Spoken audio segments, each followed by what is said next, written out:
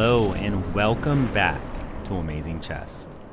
In this video, we'll see what it takes to beat Dark Souls 3 while playing as one of the most highly anticipated enemies in this series, the Undead Cleric.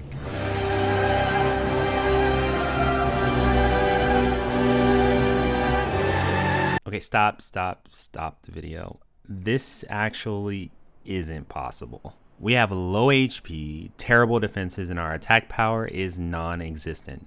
It should come as no surprise, but for the Undead Cleric, this is nothing short of impossible. But what about for the chosen Undead Cleric? And what if he had a few friends? Through a combination of in-game special effects, we can make our cleric stronger and give them more HP. After making a few tweaks... No! Alright, maybe that's a little too strong.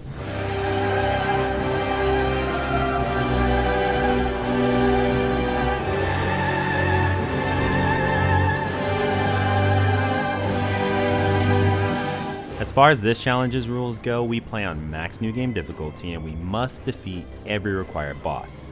Since we're going for the end of fire ending, this means that I'll be fighting Osiros and Champion Gundyr. Our party consists of a tank, a ranger, a healer, and since the Undead Cleric has an animation reserved for drinking Estus, we have access to a bottomless Estus supply. Now that the playing field is level, let's watch this team destroy Dark Souls 3. As always, the first boss is Gundyr, and wait a second, are you subscribed? Listen, YouTube doesn't always recommend and you can always unpress it if you change your mind. I'm also in the middle of an Artorias run and you do not want to miss the next. The fight starts in frame 1, Gundyr jumps at our ranger. I get a quick hit off and he retaliates with a horizontal slash. I miss a firebomb, but the ranger covers me with a bolt that staggers Gundyr, and this gives me the opportunity for a follow-up, but I squander it by missing this attack. I back up a bit, but Gundyr jumps at me and starts transforming. I heal up with some Estus, and he gets another hit on me, but it doesn't hurt too much. I heal up again, and since Gundyr is pretty weak to fire, I chuck a few more firebombs, and that marks the end of the first boss. Versus Vort, his high physical defense and our lack of a mage means that our attacks were doing much less damage, but the healer cleric's Sacred Oath spell helped rectify this. I land an attack and Vort jumps back and flattens me, but the healer in our party patches me up pretty quickly. I try to run back toward my team, but Vort has other plans in mind. He launches the ranger and tank, and I'm able to land a few hits on his back while he's occupied. Vort jumps away again, but not without catching a few firebombs. He gets a hit on us, but we manage to stagger him just before finishing him off. As I mentioned earlier, our party has no magic users, so this fight is pretty easy. We bring the sage down to well below half in the first 10 seconds of the fight, and he teleports away. A few minutes later, the party corners him, and we're off to the Abyss Watchers. The fight starts and I make a beeline for the main watcher. I get a two-piece combo, and when he retaliates, I notice that they've breached our back line and the ranger is getting wailed on, so I fall back and thanks to these tank controls miss a few attacks. A party member helps me take out one of the watchers and I reposition for some firebombs. After missing one, the second connects and that brings us into phase 2. Phase 2 has some pretty large sweeping attacks that can hit multiple clerics at once. The Ember Watcher takes a bolt and then catches me and the ranger in a thrust. I get back up and try to help him out, but I end up getting cornered too. We do take quite a few hits here, but the thing is, the Abyss Watchers have a special effect which reduces the amount of damage they do to other enemies, and the reason for this is so they don't immediately kill each other. Luckily, since we are playing as an enemy, that effect carries over to us as well. This makes the Abyss Watchers nothing more than a small nuisance. The Deacons are another story though. When I went into this fight, I fully expected my team to join me as I ran into the crowd with my sword raised, but because of the way the Undead Cleric's AI is set up, they just fall back while the Deacons move in on them. The Cleric's firebombs are super useful in this fight because they can hit a bunch of Deacons at once. After killing most of them, the main Deacon finally reveals himself and I give him a very warm welcome. A blue Deacon launches me with Wrath of the Gods, but I'm able to jump back into the fight pretty quickly. These guys are resistant to dark and magic, both of which my team is not really capable of doing, so it's pretty easy for us to do the damage we need to finish them off. It's a pretty long fight, but my team makes it out unscathed and we make our way over to the next boss. Wolnir. Pontiff Sulyvahn is a beast. Of course, his agile moveset makes keeping up with him on tank controls incredibly difficult. The buff we get from the healer Sacred Oath is imperative to winning this fight thanks to the absorption boost, and our tank is doing a phenomenal job of taking his aggro. This allows me to safely throw firebombs, but once his HP starts getting low, I run in and try to save him. Unfortunately, I'm too late and the phase 2 transformation kills him. I cannot let the same thing happen to me though, so I chug some Estus and go in for round 2. The Pontiff gets a clone off, and when I go for a firebomb, he just tosses me aside. I rejoin my team, and man, these guys are ruthless. A clutch stagger on Sulyvahn gives my healer the opportunity to heal, and the clone eventually dies. I finish off the Pontiff with a... Nope. Okay. I finish off the Pontiff with a firebomb, and we make it out with only 1 casualty. Before this fight started, I flipped the coin and it landed on heads, which meant that we were not going to get destroyed by the arrow attack. Thankfully, that prophecy came true, and RNG was on our side today. A few seconds in, and our party is doing pretty well. After landing some hits, I move back to dodge his thrust, and he barely clips me. Aldrich goes underground, and the party patiently waits for him to return. When he comes back up, I land a firebomb and go in for the kill. 6 quick slashes to Gwyndolin, and Aldrich, the God Eater, was no more. My biggest fear going into the Dancer fight was her spin, because with it, she can rip through my entire team. The healer gets brought down to about half HP, but combined, our strength is pretty overwhelming.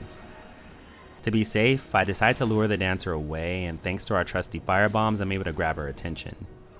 1 final slash, and we're off to the profane capital. Ladies and gentlemen, Yorm. Huh? The damage we inflict is downright pitiful, and it's only a matter of time before our team...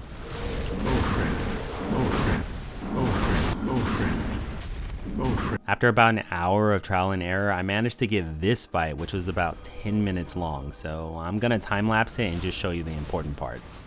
The plan is pretty simple.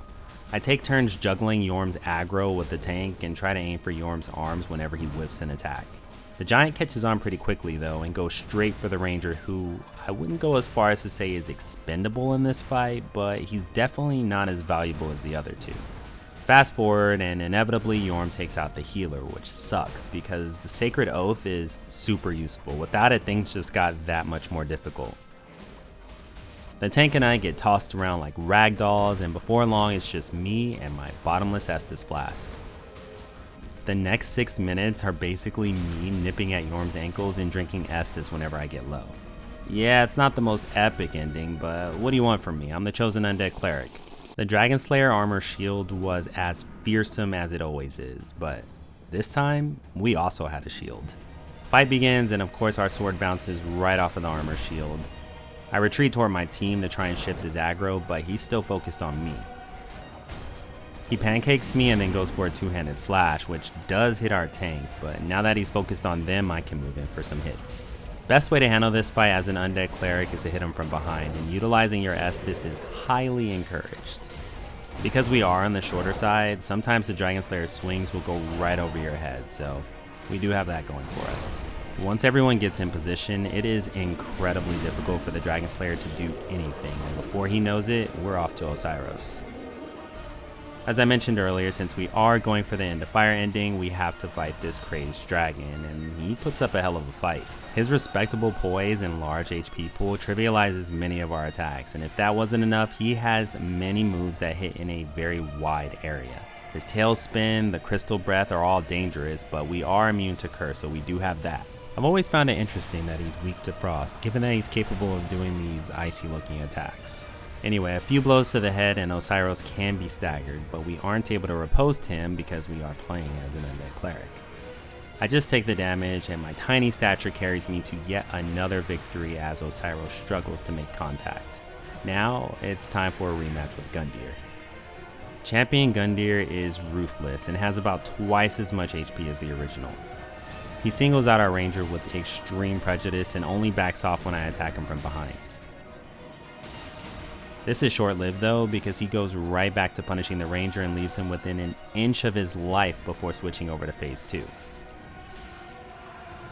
He tries to bulldoze our tank, but he stands his ground, and in my opinion, this little guy is the real champ. Thanks to his heroics, the rest of the party is able to get in some crucial damage. Gundyr flails around for a bit before deciding to finish what he started and promptly sends our ranger right to the afterlife. Rest well, King. The rest of the party rallies and we're able to avenge him. I don't think there's a single run where Lorien is not problematic. Even in my Mimic run, when I was able to physically eat him, he still put up a fight. As the Undead Cleric, my tiny size does come in handy for some of Lorien's horizontal attacks, but for the most part, this fight is in Lorien's favor. I bring him into phase 2, and as our healer is healing us, this is bad. I desperately try to grab his attention, but it's already too late. After our party wipes, my plan this time around was to take as much of Lorien's aggro as possible. This only makes sense considering that we do have access to bottomless heals, but if I'm not careful, then I can get comboed to death very quickly, as you saw in the first fight. Unlike the Nameless King in his run, I do not have as much mobility, so at times it can be tough getting around Lorien's ranged attacks. We make it to phase 2 again, but not without losing our ranger. I let the tank do his thing while I throw firebombs, but Lorien's mobility shuts that plan down immediately. A few firebombs later, I managed to knock out Lorien while the rest of my team just watches. I let my curiosity get the better of me, and I throw what I think is an Undead Hunter Charm. You know, the thing that stops you from using Estus. I threw it on Lothric to see if it would prevent his revival. It didn't work. Regardless, we beat the twins, and all that remained was the final boss. One of the Soul of Cinder's greatest strengths is his versatility, and in that regard, he met his match. Our party is very well rounded, and as long as he doesn't take out the healer first, then we should be fine. Cinder starts pressuring our backline, and this gives us the opportunity to surround him. Given that his poise is pretty average for a boss, it doesn't take very long at all for us to stagger him. Once he's in his second phase, he throws a ton of lightning bolts.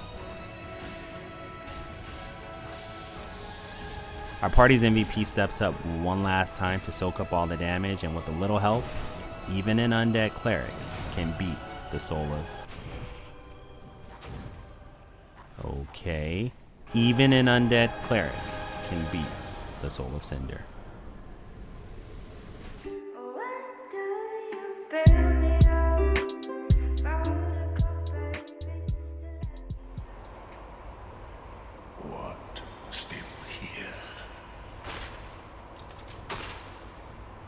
Hand it over, that thing, your dark soul. For my lady's painting. So, I couldn't end this video without seeing how the game's first enemy fares against its final one. Gael runs at us, but his insane absorption and massive HP just shrugs off my firebomb, and before I knew it, I was gone. My team doesn't go down without a fight though. The tank is doing a really good job of keeping Gael occupied. I'm seriously impressed by what that small wooden shield was able to do. Despite his best efforts though, Gael was just too powerful. The rest of the match speaks for itself.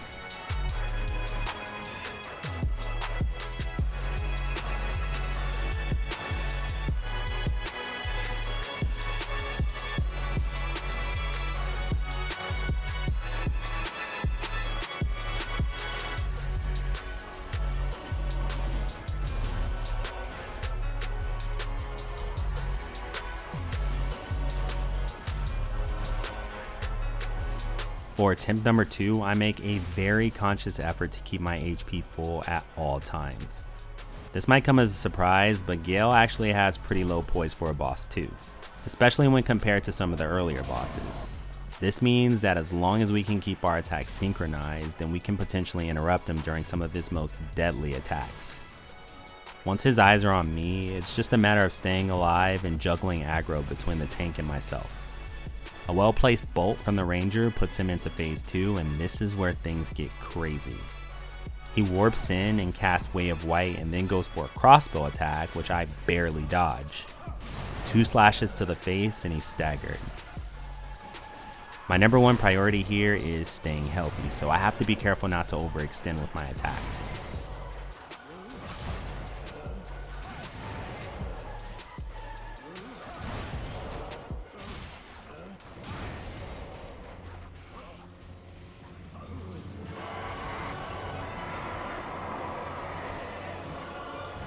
I almost died during his transformation sequence, and this is where I part ways with the shield-bearing cleric. I decided it's time to rejoin the rest of my team, because if I'm not careful, then all of this could be for nothing. Gael catches me in the middle of a heal, and I spot the healer hiding behind an arc. I'm honestly not even mad. That is a brilliant idea, and I'm glad his AI keeps him as far out of danger as possible, because these sacred oaths and heals have been clutch.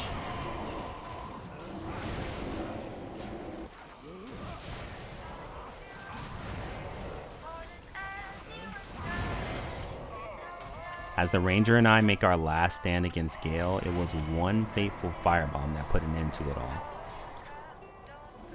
GG's.